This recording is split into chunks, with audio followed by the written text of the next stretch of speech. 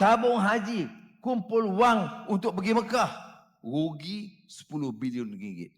Orang Melayu memang patut marah tentang isu tabung haji. Oh, ada yang marah. Mana ada sakau? Mana ada bukti sakau? Baca laporan tabung haji. Yang mengkhianati tabung haji bukan Cina, bukan India, Melayu. Akhirnya, laporan RCI tabung haji didedahkan. Kau fikir setiap ada skipping tak?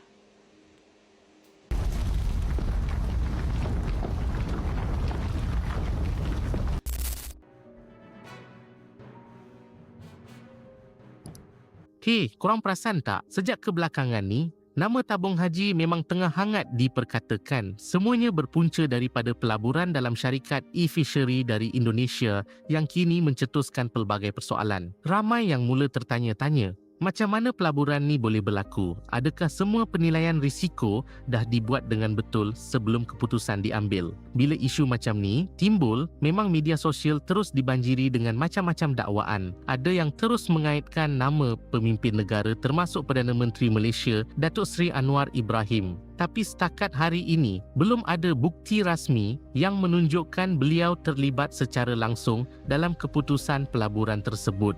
Apa yang paling penting sebenarnya ialah duit para pendeposit tabung haji mesti terus dilindungi. Seri Anwar Ibrahim berkata sebarang unsur penyelewengan, penipuan dan salah guna kuasa yang dikenal pasti akan disiasat secara menyeluruh. Dan keputusan Dewan Menteri tadi bukan saja kat SEMA.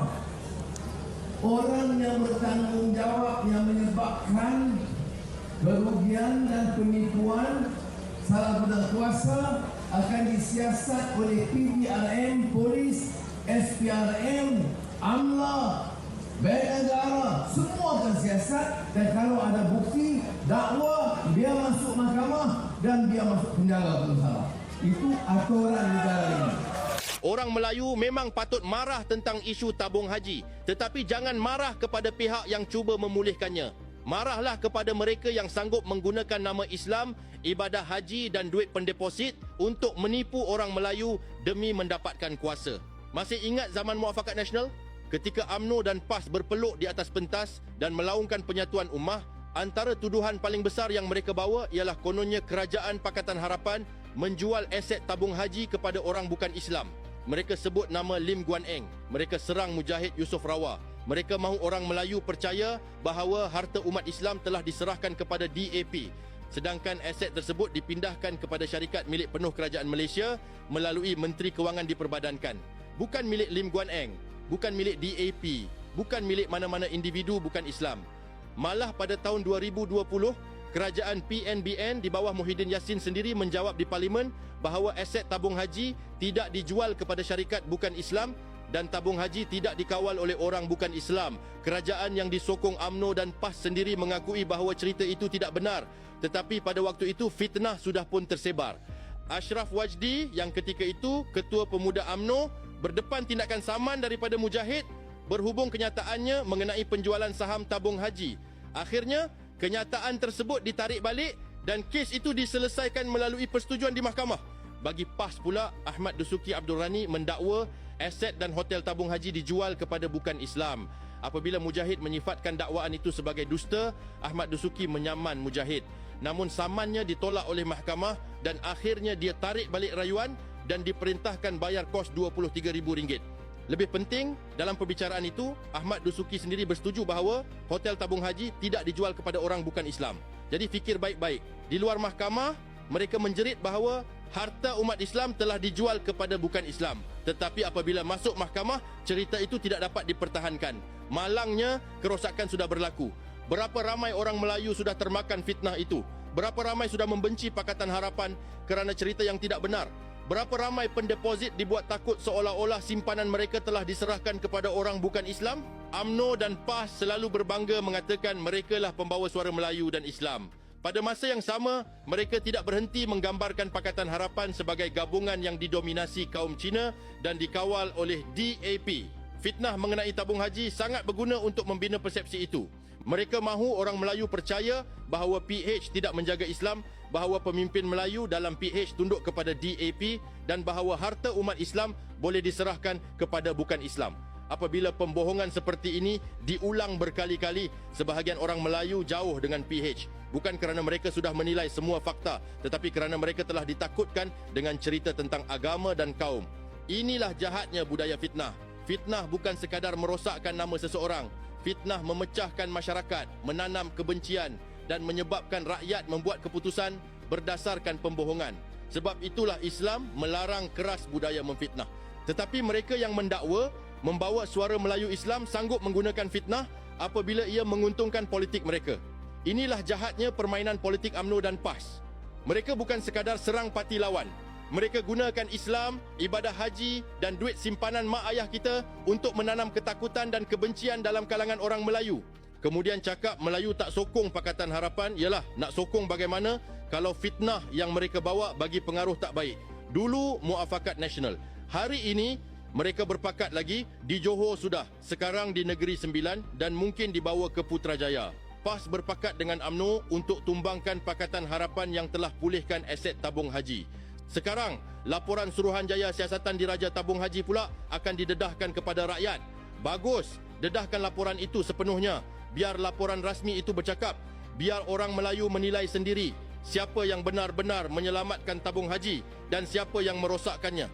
Dan siapa yang selama ini memperbodohkan orang Melayu demi mendapatkan kuasa. Saya dah beritahu, saya orang pertama akan memberi kerjasama yang padu dan jitu ada dalam handset. Dan kalau saya curi, saya tanggung lah. Apa saya boleh buat kan? Tapi janganlah ulang ayat sakau.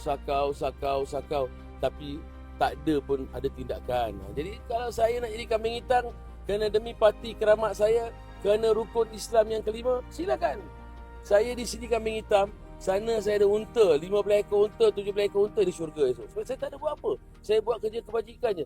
Yang lebih penting, rakyat kena tahu. Yang khususnya mereka bijak pandai. Yang bijak pandai yang tahu buat itu tulis. Saya bukan pengurusi eksekutif. Saya tak pernah campur aduk urusan perniagaan setiap hari. Saya hanya datang sebulan sekali diletakkan dokumen-dokumen pembentangan kertas kerja. Kami 10 orang bersidang dan dimaklumkan oleh pengurusan tertinggi apakah tindakan-tindakan nak buat. Kami bincang dan kami semua setuju sign. Dan semua yang kami sign mesti ada investment panel punya sokongan. Kita kena ada risk management punya sokongan yang mengesyorkan boleh atau tidak. Selepas itu tidak boleh diluluskan juga. Kertas kerja yang kami buat itu kena hantar kepada menteri di Jabatan Perdana Menteri, iaitu menterinya Datuk Seri Jamil Khair, untuk mengabsah dan bersetuju diluluskan baru boleh jalan. Jadi tak adalah Aziz Rahim dia boleh pergi sakau semua ambil, tak. Saya bukan pengerusi eksekutif. Saya pengerusi biasa je, macam farma, macam pertanian LPP, pengerusi biasa. Yang mengkhianati tabung haji bukan Cina, bukan India, Melayu. Why? Ni aku nak balik. Aku nak balik zaman muda aku dah ni. Yang mengkhianati tabung baju bukan Cina, bukan India, Melayu. Yang menyelamatkan tabung haji Melayu juga. Mujahid Rawal. Dan mengeluarkan wang daripada tabung kerajaan menyelamatkan tabung haji Lim Guan Eng. Siapa yang meruntuhkan tabung haji? Baca laporan sepenuhnya. Pakar-pakar audit akan mendedahkan. Dan akan ada report polis. InsyaAllah akan ada tindakan. Terima kasih juga kepada Tan Sri Mahyudin Yassin. Di zamannya maka dibuat RCI untuk siasat tabung haji. Sebab waktu itu tuduh-menuduh dalam parlimen. Mereka tuduh kita, kita tuduh mereka. RCI bukan tuduh-menuduh. Ia diketuai oleh bekas Ketua Hakim Negara Tun Rauf orang Rambau. Kita dengar macam mana penyelewengan duit tabung haji. Saya bagi mukadimah saja. Sebab kita tahu yang mengkhianati tabung haji Melayu. Oh, ada yang marah. Mana ada sakau? Mana ada bukti sakau? Baca laporan tabung haji. Berapa hilang? 10 bilion. Campur 2 bilion. Jadi 12 bilion ringgit. Ayo. Yang nak kerja ni. Apa negara ni okey ke? Ingat negeri siapa ni? Negeri apa macam ni? 12 bilion okey. Tak ada apa. Pergi ke kampung hidup Melayu. Kita bertepuk tangan. Kemudian cium tangan lagi. Ni apa dia? Apa fitnah? Dah baca laporan. Urus tadbir tak betul, beli yang tak patut. Banyaklah ulasan yang diberikan dalam laporan itu. Ya. Tuduhan biar siasatan buat. Bagus, yang tu yang pertama, sebar. Yang kedua, siasat. Tak peduli siapa, kita siasat. Kerana ini wang jemaah haji, wang orang kampung. Dan ambil wang yang besar-besar beliau ni dah. Ni yang orang kampung yang kutip RM100 sebulan pun hilang. Baik. Dah rugi. Kalau kerajaan pada masa itu biar dah jatuh bankrupt pula tabung haji. Jadi kita kena bagi suntikan. Siapa bayar? Kerajaan bayar balik. Jadi kuliah raya ni nak bagi saya bagi mesej lah. Enough. Bagi mesej yang jelas. Cukuplah. Jagalah negeri ini. Apa pun kelemahan, jangan izinkan negeri ini, harta benda rakyat itu diambil dan kita padamkan. Akhirnya, laporan RCI tabung haji didedahkan. Bagi yang bertanya, RCI ni apa? RCI ialah Suruhanjaya Siasatan Diraja, iaitu Badan Siasatan Bebas tertinggi negara bagi menyiasat krisis penting seperti ini. Dapatan RCI mendapati wujud amalan perakaunan kreatif. Pada tahun 2017, tabung haji sepatutnya merekodkan kerugian bersih RM1.4 bilion sebab rosot nilai pelaburan. Tetapi dilaporkan untung RM3.4 bilion dan hibah tetap dibayar. Akibatnya, defisit melonjak ke RM10.9 bilion. Sebab tu, pada akhir 2018, kerajaan terpaksa ambil alih aset bermasalah dan menyuntik dana berbilion ringgit untuk menyelamatkan keuangan tabung haji. Ini selepas keadaan mula pulih, RCI ditubuhkan pada 2021 bagi menyiasat apa punca sebenar. Laporan siap pada 2022 tapi ditangguhkan penyerahannya demi membolehkan operasi tabung haji tanpa panikkan pendeposit. Hasilnya, Mac lalu tabung haji umum agihan 3.5% dan kini Kabinet bersetuju mendedahkan laporan penuh RCI. Perdana Menteri Datuk Seri Anwar Ibrahim memberi jaminan siapa yang melanggar undang-undang akan disiasat oleh PDRM dan SPRM. Minggu lepas, PMX ada bagi tahu yang mana dia akan dedahkan satu skandal besar, satu laporan besar berkenaan dengan laporan RCI tabung haji. Dia kata hari Rabu lah dia akan umumkan kepada khalayak awam. Tapi dalam masa semua tengah duk suspend ni, apa akan jadi, siapa yang sakau kan? Sebab cara PMX bagi tahu tu seolah-olah macam ada orang yang sakau, kan? Ada orang samun harta tabung haji. Tunggu demi tunggu, rupa-rupanya RCI tabung haji ni dah pun dikeluarkan keputusannya sejak tahun 2023. Maksudnya sudah 2 tahun lebih PMX peram simpan pendam keputusan laporan RCI tabung haji ni, kan? Ini yang kita pelik, kan? Macam mana PMX boleh untuk menahan sebarang bentuk jenayah dan salah laku, dan akhir-akhir ni lah mungkin sejak PRN Negeri Sembilan ni dia rasa dia nak dedahkan, ataupun mungkin sebab ada kawan dalam kerajaan dia yang dia rasa tak puas hati, so dia rasa dia nak dedahkan. Itu pun kita tak tahulah.